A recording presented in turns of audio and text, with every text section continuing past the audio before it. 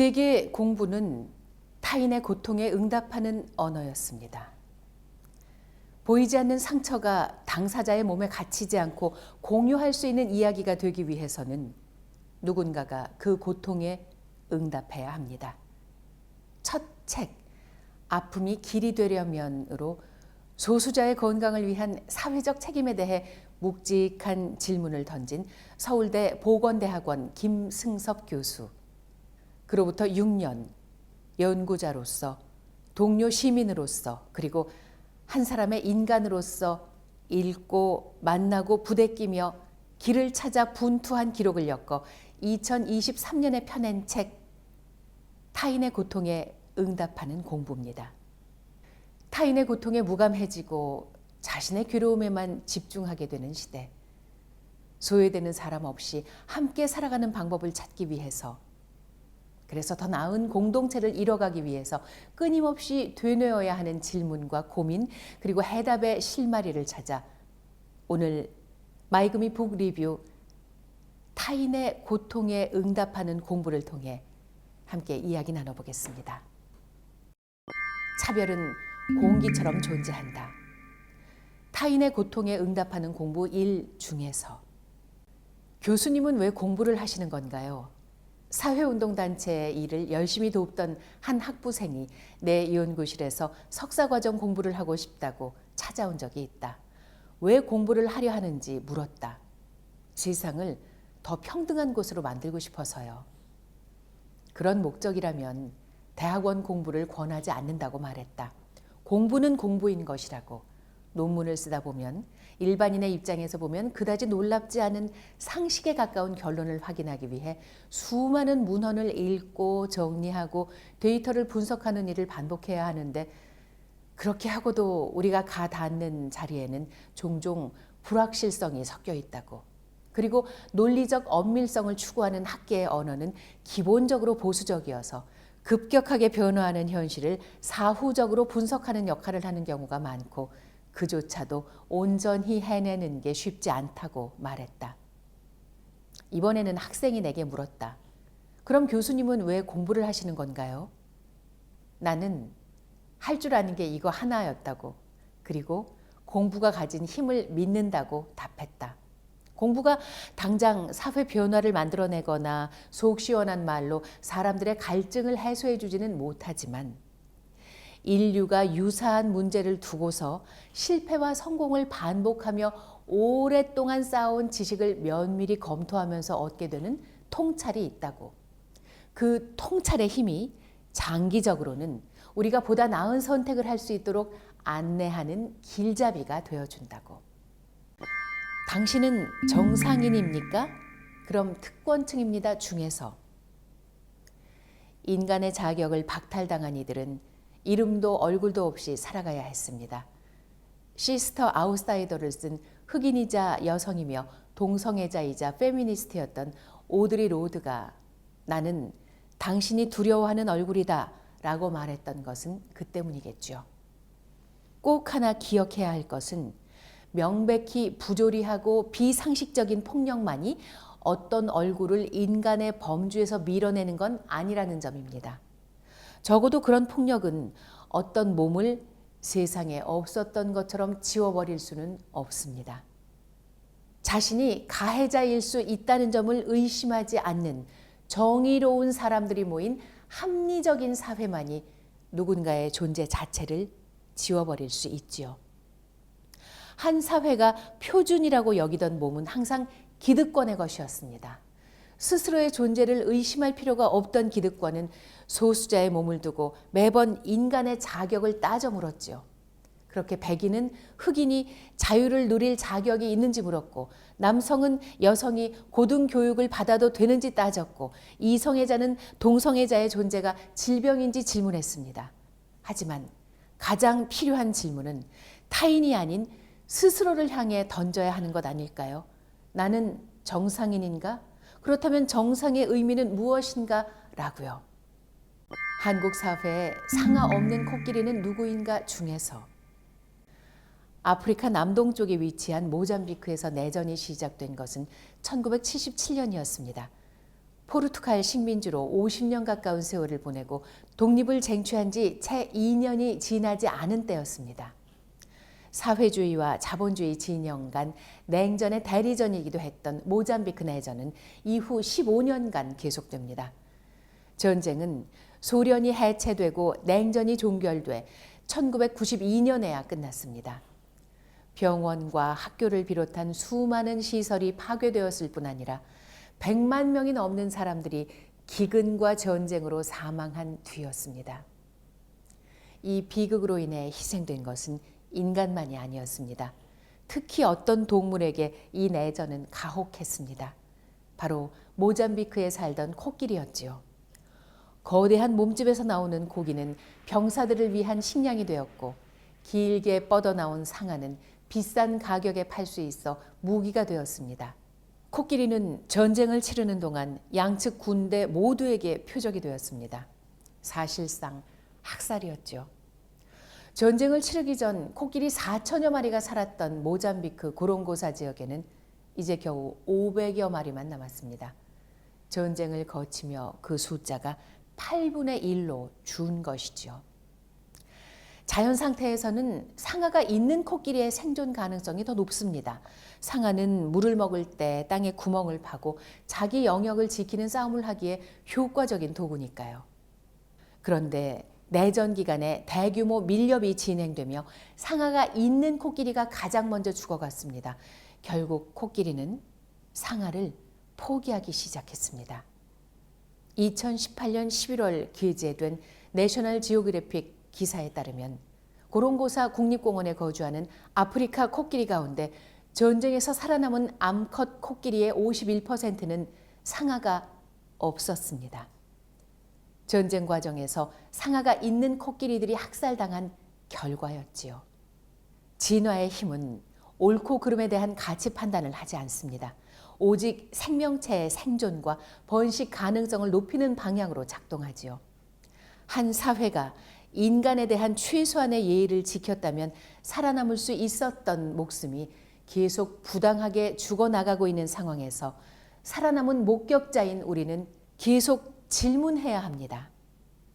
오늘날 한국 사회에서 고롱고사는 어디인지, 한국 사회에서 살아남은 상아 없는 코끼리는 누구인지, 이 부조리한 생존 경쟁에서 이득을 취하고 있는 밀렵꾼은 누구인지 말입니다.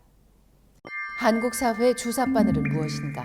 타인의 고통에 응답하는 공부 3 중에서 의학과 보건학은 각각 개인과 집단을 중심에 두고 질병을 이해한다는 차이점이 있지만 중요한 공통점도 있다. 질병보다는 건강이, 죽음보다는 삶이 낫다는 것이다. 두 학문 모두 그 가치 판단을 전제로 삼고 있다.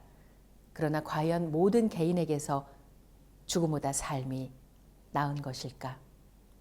언제인가 정신과 레지던트로 일하던 한 친구가 이런 이야기를 해줬다. 한 환자가 자살 시도를 반복해서 한 해 동안 응급실에 3번째 실려왔다. 의사들이 겨우 살려낸 그가 눈을 뜨자마자 담당 의사였던 친구에게 물었다. 선생님, 왜 또 저를 살리신 거예요? 친구는 자신이 해줄 수 있는 게 뭔지 모르겠다며 눈물을 흘렸다. 환자의 자살을 방관했어야 한다는 말이 아니다. 다만 죽음을 의학적 관점이 아니라 개인의 삶을 중심에 놓고 보면 이야기는 훨씬 더 복잡해진다. 최근 활발히 논의되고 있는 질병권의 개념은 질병을 경험하는 인간이 비정상적이고 예외적인 존재가 아니라고 강조한다. 우리는 인생의 어느 시점에 필연적으로 아프고 질병을 갖게 된다. 그것은 예방할 수 있는 불행한 일이 아니다. 생명체가 살아가고 또 늙어가는 과정에서 겪게 되는 자연스러운 일이다. 질병과 함께 살아가는 인생은 온전하지 못한 삶인가? 치유되지 못하는 질병을 가진 이들은 내내 그 멍에 속에서 허우적대야 하는가? 1980년대에 머물러 있는 에이즈에 대한 인식 중에서 당신은 에이즈 환자와 이웃으로 지낼 수 있나요? 전 세계 사람들에게 물었습니다. 스웨덴 6.1%, 미국인 13.9%가 에이즈 환자를 이웃으로 받아들이고 싶지 않다고 답했습니다. 그런데 같은 응답이 한국에서는 무려 88.1%였습니다. 스웨덴의 14배, 미국의 6배가 넘는 수치입니다. 혐오는 쉽습니다. 가장 약하고 아픈 당사자들을 욕하면 되니까요. 어떤 이들은 HIV 감염인에게 네가 잘못해서 걸린 거다. 네 치료에 들어가는 세금이 아깝다 라고 함부로 손가락질합니다. 인권과 사회 보장의 관점에서 그릇된 말입니다. 무엇보다도 이러한 혐오로는 문제를 해결하지 못할 뿐 아니라 상황을 더 악화시킵니다. 혐오와 낙인은 한국의 HIV 신규 감염을 증가시키고 더 많은 이들을 죽음으로 몰고 갑니다. 한국 사회의 HIV 감염 확산을 막기 위한 첫걸음은 혐오와 사회적 낙인을 거두고 그 바이러스를 가지고 살아가는 인간의 삶을 존중하는 것입니다. 그것이 지난 수십 년간 과학 연구를 통해 인류가 알게 된 HIV 감염을 사회적으로 통제하는 가장 효과적인 방법입니다. 이것은 저의 싸움입니다. 미래 피해자들은 이길 수 있을까? 유희경 시인과 나눈 이야기 중에서 사람이 나아가는 건 답이 있어서가 아니에요. 질문을 잃지 않아서 나아가는 거예요. 중요한 질문들을 놓지 않고 있어서. 삶에 답이 있어서가 아니라 질문을 포기하지 않고 계속 갖고 있어서 그 긴장으로 나아가는 거거든요. 우리 모두는 시스템의 일부였기에 우리에게도 책임이 있다는 것. 하지만 동시에 미래도 우리에게 달려있다는 이야기를 하고 싶었던 것 같아요. 인간은 타인의 고통을 잘 잊어요. 우리는 타인의 고통에 실은 둔감해요. 설사 제가 세월호 참사와 천안함 생존 장병들의 고통에 마음을 냈을지언정 그들의 고통은 내 고통이 아니에요. 흐르는 시간 속에서 잊고 넘어갈 수 있었을 거예요. 그렇다면 한 개인의 몸 안에 있는 고통, 슬픔이라고 하는 것들이 사회적 고통이 되고 다른 사람과 공유할 수 있는 이야기가 되는 계기는 무엇일까요? 저는 그 고통에 누군가가 응답하기 시작할 때라고 생각해요. 그 응답을 잘 해낼수록 많은 사람이 함께 할수록 그 고통은 공유할 수 있는 이야기가 된다고 생각하고요. 그런데 고통의 이야기가 비참함의 언어로만, 슬픔의 언어로만 공유되면 다들 너무 빨리 지쳐요. 슬픈 사건이니까 슬픔의 언어로도 견뎌야 한다고 하는 것이 올바른 말일지 모르지만 과도한 요구이기도 해요. 사람들은 고통에 공감하지만 동시에 희망을 보고 싶어하고 이 사건을 통해 나아가고 있는 걸 보고 싶어하는 마음들이 있거든요. 물론 계속 나아가지 못하고 비참한 상황의 연속일 뿐인 경우도 있고 그럴 때는 정직하게 비참하게 절망하는 게 답이겠지만요. 그렇지만 작게라도 나아가는 면이 있다면 그만큼의 가치를 인정하는 작업 역시 꼭 필요하다고 생각해요.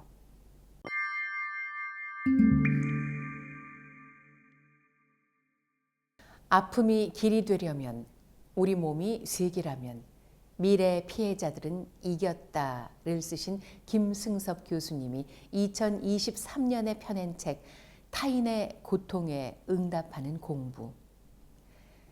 김승섭 교수님의 책을 읽는 것은 아픔을 대면하는 일인 동시에 때로는 나도 모르게 공기처럼 숨쉬고 내뱉고 있던 나의 차별과 편견을 인정하는 불편한 일이기도 합니다.